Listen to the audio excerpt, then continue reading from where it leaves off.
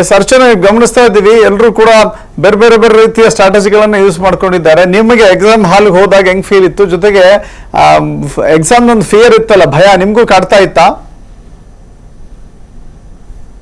ಹೌದು ಸರ್, ಯಾವಾಗ ನಾನು ಕ್ವಶನ್ ಪೇಪರ್ ನರ್ವಸ್ ಆಗ್ಬಿಡ್ತಿದೆ. ಒಂದ್ ಕಡೆ ನಾನು ಓದಿದ್ ನನಗೆ ಕೈ ಕೊಡಲ್ಲ ಅಂತ ಆತರ ಫೀಲ್. ಎಲ್ಲ ಬರ್ದ್ ಪ್ರಾಕ್ಟೀಸ್ ಮಾಡ್ತಿದ್ನಲ್ಲ ಸರ್, ಆತರ ಫೀಲ್ ಏನ್ ಆಗ್ತಿರ್ಲಿಲ್ಲ. ಅಂದ್ರೂ first time Kannada exam annual ಅಲ್ಲಿ ನರ್ವಸ್ ಆಗ್ಬಿಟ್ಟಿದ್ದೆ ಸರ್. ಟೈಮು ಸಾಲಿಲ್ಲ, 15 days ಗ್ಯಾಪ್ ಆಗ್ಬಿಡ್ತಲ್ಲ ಸರ್.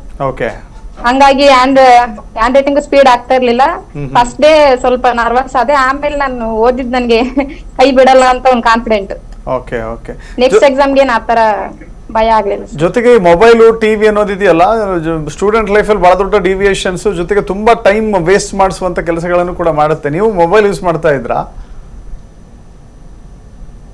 ಸರ್? ಅಂದ್ರೆ ನಮ್ಮ ಮನೇಲಿ ನಾವು 5 ಜನ ಸರ್ ಮಕ್ಕಳು. ನನ್ನ ದೊಡ್ಡಣ್ಣ SSLC ಬಂದಾಗಿಂದಾನು ಟಿವಿ ಬಂದ್ ಮಾಡಿದ್ವಿ ಸರ್ ನಾವು. ಎಕ್ಸಾಮ್ ಟೈಮ್ ಅಲ್ಲಿ ಮಾತ್ರನಾ ಅಥವಾ ಯಾವಾಗ? ಇಲ್ಲ ಸರ್, ಕಂಟಿನ್ಯೂ ಆಗಿ ಬಂದ್ ಮಾಡಿದ್ದು. ಓಕೆ, ಸೊ ನಿಮ್ಮ ಮನೇಲಿ ಟಿವಿನೇ ಆನ್ ಆಗಲ್ಲ? ಇಲ್ಲ ಸರ್. ಮತ್ತೆ ನಿಮ್ಮ ಮನೇಲೆಲ್ಲ ಸೀರಿಯಲ್ಸ್ ಇವಾಗ ಇಲ್ಲ ಸರ್, ನೋಡಲ್ಲ. ಓಕೆ, ನಿಮ್ಮ ವಿದ್ಯಾಭ್ಯಾಸಕ್ಕೆ ತೊಂದರೆ ಆಗುತ್ತೆ ಅನ್ನೋ ಕಾರಣಕ್ಕೆ ಫೋನ್ ಅಂದ್ರೆ ಯಾವಾಗಾದ್ರೂ ನನಗೆ ಯಾವಾಗಾದ್ರೂ ಬೇಜಾರಾದಾಗ ಅಪ್ಪ ಹಾಫ್ ಅನ್ ಅವರ್ ಕೊಡ್ತಿದ್ ಸರ್. ನೋಡಿ ಮತ್ತೆ ನಾನು ವಾಪಸ್ ಕೊಡ್ತಿದ್ದೆ. ಜಾಸ್ತಿ ಫೋನ್ ಟಿವಿ ಎಲ್ಲ ನಮ್ಮ ಮನೆಯಲ್ಲಿ ಮಾತ್ರ ಓದೋದಷ್ಟೇ. ಹಾ ಸರ್.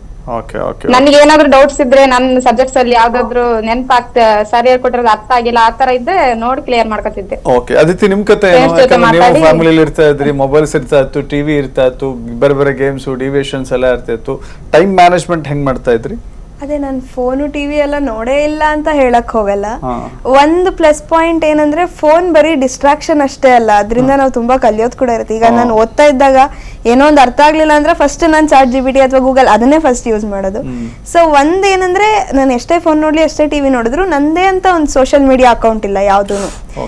ಅಮ್ಮನ ಅಕೌಂಟ್ ನ ಯೂಸ್ ಮಾಡ್ತಾ ಇದ್ದೆ ನಾನೇ. ಸೊ ನಾನು ಎಲ್ಲಾದ್ರೂ ಜಾಸ್ತಿ ಓವರ್ ಟೈಮ್ ಏನಾದ್ರು ನೋಡ್ತಾ ಇದೀನಿ ಅಂದಾಗ ಅವ್ರು ಸ್ಟಾಪ್ ಮಾಡ್ತಾರ ಅನ್ನೋ ಒಂದು ಭರವಸೆ ಇತ್ತು.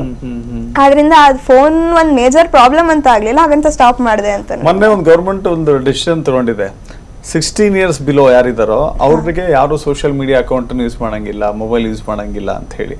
ಅದು ಒಂದು ಒಳ್ಳೆ ಡಿಸಿಷನ್. ಹೌದು, ಖಂಡಿತ. ಯಾಕಂದ್ರೆ ಈಗ ಸೋಷಿಯಲ್ ಮೀಡಿಯಾದಲ್ಲಿ 2 ತರ ಇರ್ಬೋದು. ಒಬ್ರು ನಮ್ಗಿಂತ ಯಾರೋ ಜಾಸ್ತಿ ಸಾಧನೆ ಮಾಡ್ತಾ ಇದಾರೆ ಅಂತ ಇನ್ಸ್ಪೈರ್ ಕೂಡ ಆಗ್ಬೋದು, ಅಥವಾ ಅಯ್ಯೋ ನಾವೇನು ಮಾಡ್ತಾ ಇಲ್ವಲ್ಲ ಅಂತ ಸ್ವಲ್ಪ ಡಿಪ್ರೆಸ್ ಕೂಡ ಆಗ್ಬೋದು. ಎಸ್ಪೆಷಲಿ ಈಗ 16 ವರ್ಷದ ಕೆಳಗಿನ ಮಕ್ಳಿಗೆ, ನನ್ಗೂ ಕೂಡ ನಮ್ನು ಸೇರ್ಸೆ, ಈಗ ನಮ್ಗೆ ಇನ್ನ ಯಾವ್ದ್ ಸರಿ ಯಾವ್ದ್ ತಪ್ಪು ಅನ್ನೋದು ಅಷ್ಟ ಐಡಿಯಾ ಇರಲ್ಲ. ಈಗ ನಾವ್ ಏನೇ ತಿಳ್ಕೊಂಡಿದ್ರು ಬುಕ್ ಮುಖಾಂತರ ಅಥವಾ ಯಾರೋ ಒಬ್ರು ಹೇಳಿರೋ, ಬಟ್ ನಮ್ ಸ್ವಂತ ಡಿಸಿಷನ್ಸ್ ತಗೊಳಕ್ ಇನ್ನ ಕೇಪಬಿಲಿಟಿ ಇಲ್ದೇ ಇರೋ ಕಾರಣ ಅದ್ ಒಳ್ಳೇದೇ ಅಂತ ಅನ್ಸುತ್ತೆ. ನಿಮ್ಗೆ ಎಕ್ಸಾಮ್ ಅಲ್ಲಿ ಈಗ ನೀವು 600 ತಗೋತೀರಿ, 1 ಮಾರ್ಕ್ಸ್ ಮಿಸ್ ಆಗಲ್ಲ ಅಂದ್ರೆ ನಿಮ್ ಸ್ಟಡೀಸ್ ಹೆಂಗಿತ್ತು, ಜೊತೆಗೆ ಅದನ್ನ ರೈಟಿಂಗ್ ಸ್ಕಿಲ್ಸ್ ಹೆಂಗಿತ್ತು ಅಂತ? ಅದೇ ನಾನು ಫಸ್ಟ್ ಟೆಸ್ಟ್ ಇಂದ ಪ್ರತಿಯೊಂದು ಸಬ್ಜೆಕ್ಟ್ಗೂ ಈಕ್ವಲ್ ಇಂಪಾರ್ಟೆನ್ಸ್ ಕೊಟ್ಕೊಂಡ್ ಬಂದೆ. ಒಂದ್ ಪರ್ಟಿಕ್ಯುಲರ್ ಸಬ್ಜೆಕ್ಟ್ಗೆ ಜಾಸ್ತಿ ಅಥವಾ ಕಮ್ಮಿ. ಇಲ್ಲ, ನಾನು ಎಲ್ಲಾ ಸಬ್ಜೆಕ್ಟ್ನು ಇಷ್ಟಪಟ್ಟೆ ತಗೊಂಡಿದ್ದು. ಕಾಮರ್ಸ್ ಕಾಂಬಿನೇಷನ್ ಬೇಕಂತ ABES ಕಾಂಬಿನೇಷನ್ ಅಂತ. Sanskrit second language, English first language. So ಅದೇ ಫಸ್ಟ್ ಟೆಸ್ಟ್ ಇಂದ ಕೂಡ ನಾನು 100% ಕೊಟ್ಕೊಂತ ಬಂದೆ. ಸೊ ಪ್ರತಿ ಟೆಸ್ಟ್ ಅಲ್ಲೂ ನಂಗೆ ಹಿಂಗೆ ಬರ್ತಾ ಇತ್ತು, ಔಟ್ ಆಫ್ ಔಟ್ಸ್ ಎಲ್ಲದ್ರಲ್ಲೂ ಬರ್ತಾ ಇತ್ತು. ಆಮೇಲೆ ಕಾಲೇಜ್ ಮೆಟೀರಿಯಲ್ಸ್ ಅಷ್ಟೇ ರೆಫರ್ ಮಾಡಿ, ನಾನು ಟೆಕ್ಸ್ಟ್ ಬುಕ್ ಕೂಡ ತಗೊಂಡೇ ಇಲ್ಲ. ಟೆಕ್ಸ್ಟ್ ಬುಕ್ ನಾನು ಜೈನ್ ಕಾಲೇಜ್ ಅವ್ರು ಏನ್ ಮೆಟೀರಿಯಲ್ಸ್ ಕೊಟ್ಟಿದ್ರು ಅದನ್ನೆಲ್ಲ ರೆಫರ್ ಮಾಡಿ, ಅದೇ ನಾ ಹೇಳ್ದಂಗೆ KCAB ರಿಸೋರ್ಸಸ್ನೆಲ್ಲ ತಗೊಂಡು ಮಾಡಿದೆ. ಸಹನಾ, ನೀವು ಮೊಬೈಲ್ ಯೂಸ್ ಮಾಡ್ತಾ ಇದ್ರಾ? ಯೂಸ್ ಮಾಡ್ತಾ ಇದ್ದೆ. ನಾನು ಮೊಬೈಲ್ ಬಗ್ಗೆ ಯಾಕೆ ಹೇಳ್ತಾ ಇದ್ದೀನಿ ಅಂದ್ರೆ, ತುಂಬಾ ಮೊಬೈಲ್ ನೋಡಿ ನೋಡಿ ನೋಡಿ ಸ್ಟಡೀಸೇ ಬಿಡ್ತಾರಲ್ಲ ಅಂತವ್ರಿಗೆ ನಿಮ್ದು ಒಂದು ಮೆಸೇಜ್ ಪಾಸ್ ಆಗ್ಬೇಕು ಅಂತ. ಅಂದರೆ ನಾನು ಪ್ಯಾರಲಲ್ ಆಗಿ ತಗೊಂಡಿರೋದು CA ಕೋಚಿಂಗು. ನಮಗೆ 5 ಗಂಟೆಯಿಂದ 9 ಗಂಟೆವರೆಗೂ ಕ್ಲಾಸಸ್ಸೇ ಇರ್ತಿತ್ತು, ಏನು CA ಕ್ಲಾಸಸ್ಸೇ ಇರ್ತಿತ್ತು, ಆನ್ಲೈನ್ ಕ್ಲಾಸಸ್ ಇರ್ತಿತ್ತು. ಸೊ ನನಗೆ ಅದರಲ್ಲಿ ನೋಡಿನೇ ನನಗೆ ನೋಡೋದೇ ಬೇಡ ಇನ್ನು ಮೊಬೈಲ್ ಅನ್ನೋ ಥರ ಫೀಲು ಬರ್ತಾ ಇತ್ತು. ನೋಡಿ ಅದಕ್ಕೆ ಬೆಳಿಗ್ಗೆ ಒಂದು ಸ್ವಲ್ಪ ಹೊತ್ತೇನೋ ನೋಡ್ತಾ ಇದ್ದೆ. ಅದಾದ್ಮೇಲೆ ವಾಪಸ್ ನಾನು ಬೆಳಿಗ್ಗೆ ಓದೋಳು, ನಾನು ರಾತ್ರಿ ಎಲ್ಲ ಕುತ್ಕೊಂಡು ಓದೋ ಸೀನ್ ಇಲ್ಲ.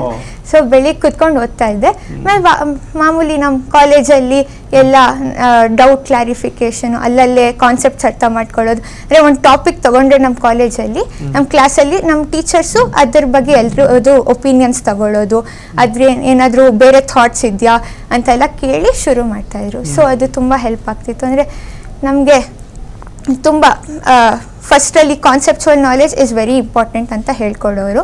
ಅದಾದಮೇಲೆ ಎಕ್ಸಾಮ್ಗೆ ಹೇಗೆ ಪ್ರಿಪೇರ್ ಮಾಡೋದು ಅಂತ ಫಸ್ಟ್ ಡೇಯಿಂದಾನೇ ಪ್ರಿಪೇರ್ ಮಾಡ್ತಾಯಿದ್ರು. ಸೊ